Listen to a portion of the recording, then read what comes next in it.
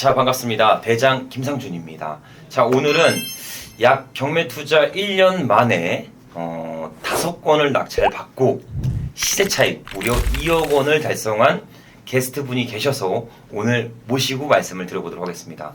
자, 중요한 게 뭔지 아세요? 최초 투자금이 2,500만 원 가지고 시작했습니다. 어떤 비밀이 있는지, 어떤 투자 노하우가 있는지 같이 공유하면서 말씀드려보도록 하겠습니다. 자, 반갑습니다. 안녕하세요. 반갑습니다. 저희 우리 대장TV 시청자분들에게 간단하게 자기소개 좀 부탁드리도록 하겠습니다. 안녕하세요. 저는 시간 부자를 꿈꾸는 직장인 33살 직장인 투자자 김치영입니다. 반갑습니다. 아유, 반갑습니다. 안녕하세요. 먼 길 오셨습니다. 네. 우리 게스트 분이 영상이 또 처음 촬영이라 네. 근데 처음 촬영이면 항상 누구나 떨리죠. 네, 그렇습니다. 근데 이제 내가 했던 노하우나 이런 실행력들은 다 내가 탑재하고 있기 때문에 네. 그 내용을 같이 한번 들으면서 잘 이야기해 보도록 하겠습니다.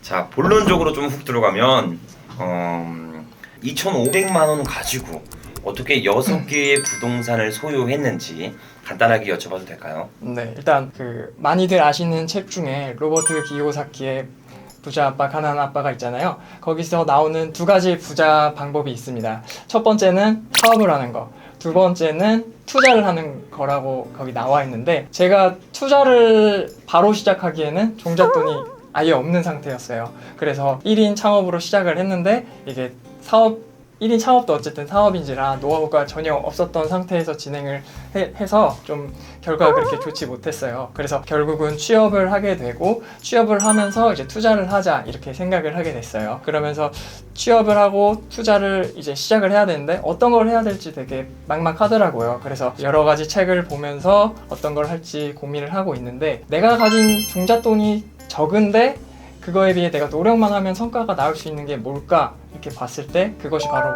경매였어요. 그래서 경매 투자를 시작하게 됐고요. 제 첫 투자 물건은 부평에 있는 오피스텔이었습니다.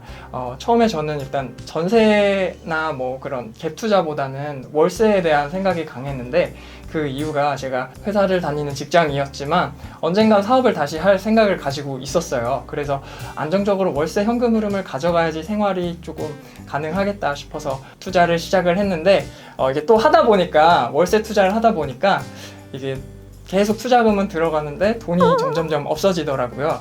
그래서 전세로 하나 이렇게 세팅을 하고 그 다음에 월세 하나 늘리고 이런 식으로 번갈아 가면서 종잣돈 파이는 계속 키우고 월세 현금 흐름도 점점 늘리는 이런 과정으로 투자를 진행하고 있습니다. 이런 생각들을 많이 하세요. 처음에 투자를 할 때 나는 부동산을 사서 좀 일하지 않아도 월세를 좀 나올 수 있게끔 세팅해야겠다. 현금 흐름을 확보해야겠다. 이런 생각을 가지고 부동산 투자를 시작합니다.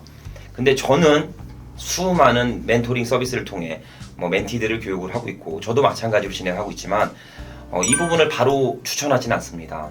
왜 그러냐면 월세 구성을 통해 진행을 한다면 월세는 내가 만족하는 금액에 나오지도 않고 결국 수리, 보완, 보수 이런 문제로 인해서 비용이 또 세게요. 그 옆으로 빠지는 금액들이 많이 발생됩니다. 네, 맞아요. 그리고 투자금이 완전 묶여버려요. 그래서 더 이상 투자가 진행되지 않습니다.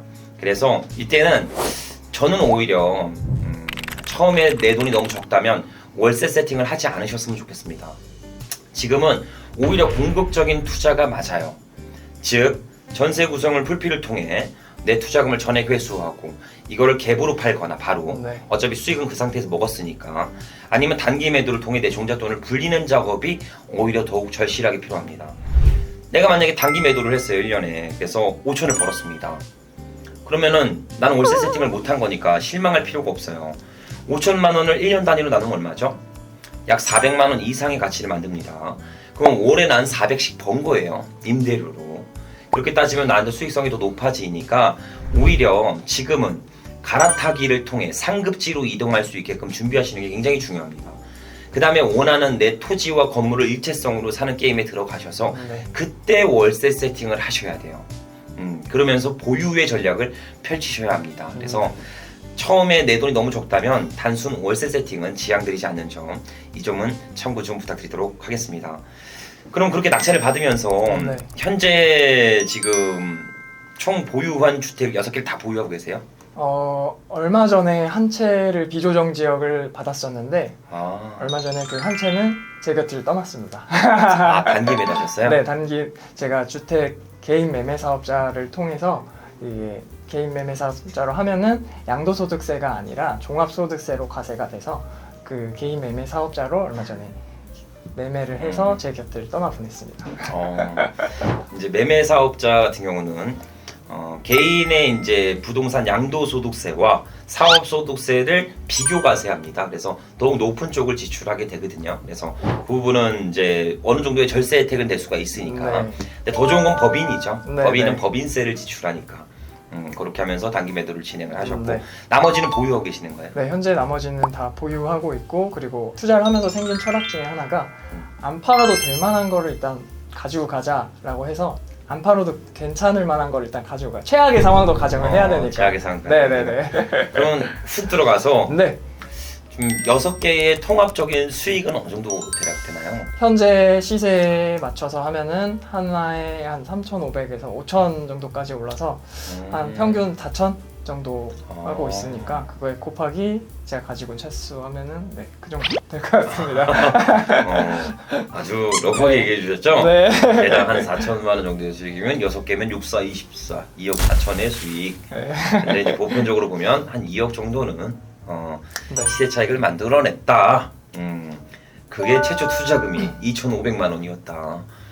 상당히 매력적인 이야기죠. 지금 남아있는 주택들은 네. 다 어떤 구성으로 세팅되어 있어요? 전세로 세팅되어 있나요? 전세로 세팅되어 있는 게 2채 정도고요. 나머지는 월세로 세팅되어 있어요. 네네.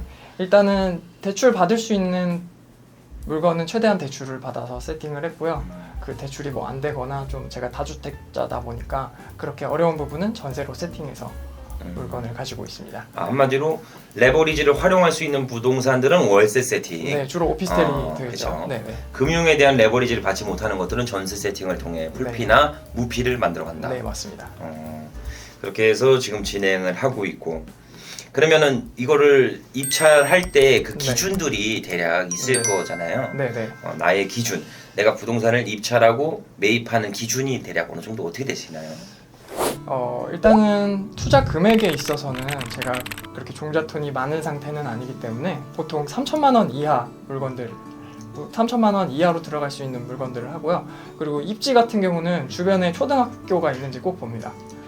초등학교가 왜 중요하냐면 일단 그 근처로 병원이라든지 은행이라든지 이런 것들이 갖춰져 있을 확률이 높아요. 그래서 초등학교가 몇 분 정도 걸리는지 보고 그 다음에 제가 또 애매하게 다주택자가 됐었던 상황이기 때문에 공시지가 1억 물건 주로 이렇게 진행 기준을 세우고 하나씩 매일매일 새로운 신권 물건 나오면 이거 추가하고 이거는 어느 정도 나오겠다 해서 우선순위를 정해서 그 다음에 투자를 진행을 했습니다.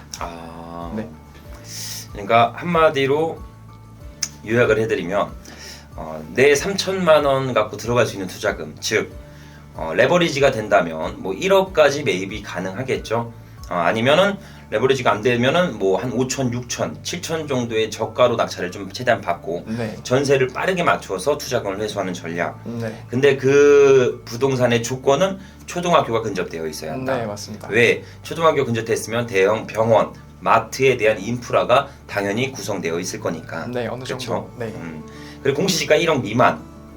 나는 다주택자보다니까 취등록세에 대한 중과에 대한 부담이 있기 때문에 네, 맞아요. 공시지가 1억 미만을 취득한다. 네. 그리고 안전마진.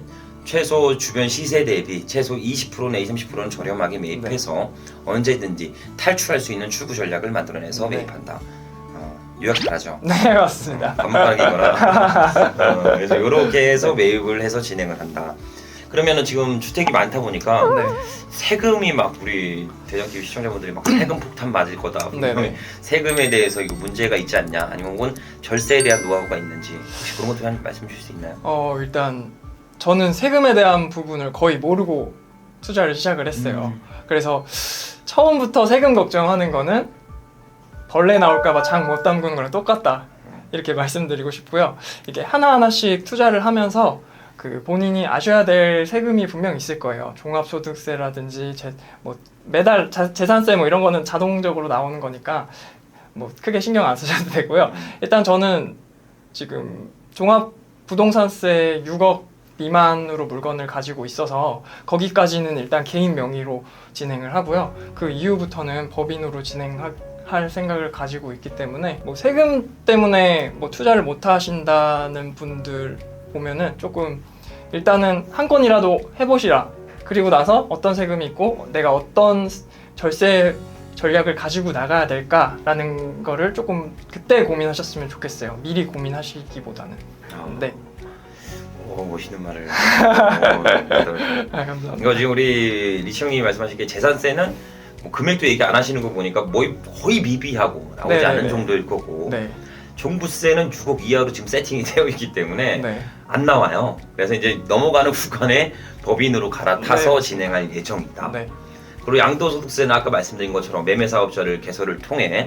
사업소득세와 양도소득세를 비교 과세할 수 있게끔 준비를 하고 계시니까 네. 세금에 대한 것들을 크게 문제를 두지 않는다. 즉 아까 말씀드린 것처럼 세금 무서워서 돈 안 벌진 않을 거다. 돈을 벌면서 합리적인 세금을 지출할 거다. 네, 맞습니다. 이렇게 진행을 하고 계신다. 네, 네, 맞아요. 그러면 이제 네. 부동산을 또 볼 때 임장할 때 네.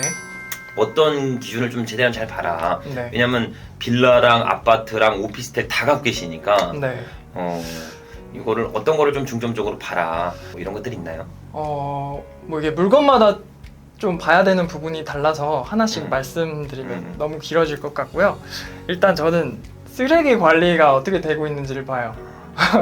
왜냐면 그게 어떤 그 건물이 관리가 되고 있는지 안 되고 있는지에 대한 지표라고 생각이 돼서 쓰레기 어떻게 관리되고 있는지를 보고 만약에 빌라가 아니고 오피스텔이나 아파트 같은 경우는 그날 가서 전부 다 보면 좋은데 사실 분명히 빠지는 부분이 있어요. 그래서 그런 것들을 물어볼 수 있게 관리사무소 번호를 꼭 가서 체크하시거나 아니면 요새는 검색하면은 잘 나오니까 그런 것들로 한번 확인하셨으면 좋겠습니다. 아까 물어보니까 부동산 강의를 좀 들으셨다고 하더라고요. 교육도 좀 받고. 그러면 뭐 이거를 어떻게 헤쳐나가면서 교육을 어떻게 잘 들으셨는지, 어디서 많이 도움을 들었는지. 일단 저는 부동산 처음 공부할 때 그 관련된 책들을 일단 거의 다 읽었어요. 근데 분명히 책에서 채우지 못한 부분들이 있었거든요. 그래서 그런 부분들은 현장 강의로 통해서 많이 채웠고요. 그리고 현장 강의 들으면 일단 저처럼 이런 부동산 투자를 많이 하고 싶어 하는 분들이 오기 때문에 이야기할 수 있는 것들 그리고 공부할 수 있는 것들을 많이 나눌 수 있어요. 그래서 그런 부분들 강의 들으면서 같이 나누시면 좋을 것 같고요. 그리고 또 저는 강의를 들을 때 강의하는 분들을 엄청 괴롭혔어요. 선생님 이건 어떻게 하는 거예요? 이건 어떻게 이렇게 풀리는 건가요? 이렇게 했을 때 어떻게 해요? 왜냐면 제 목표는 강의 들을 때 하나를 낙찰을 받는 게 목표였기 때문에 그만큼 괴롭힌 만큼 낙찰을 받을 수 있었던 것 같아요.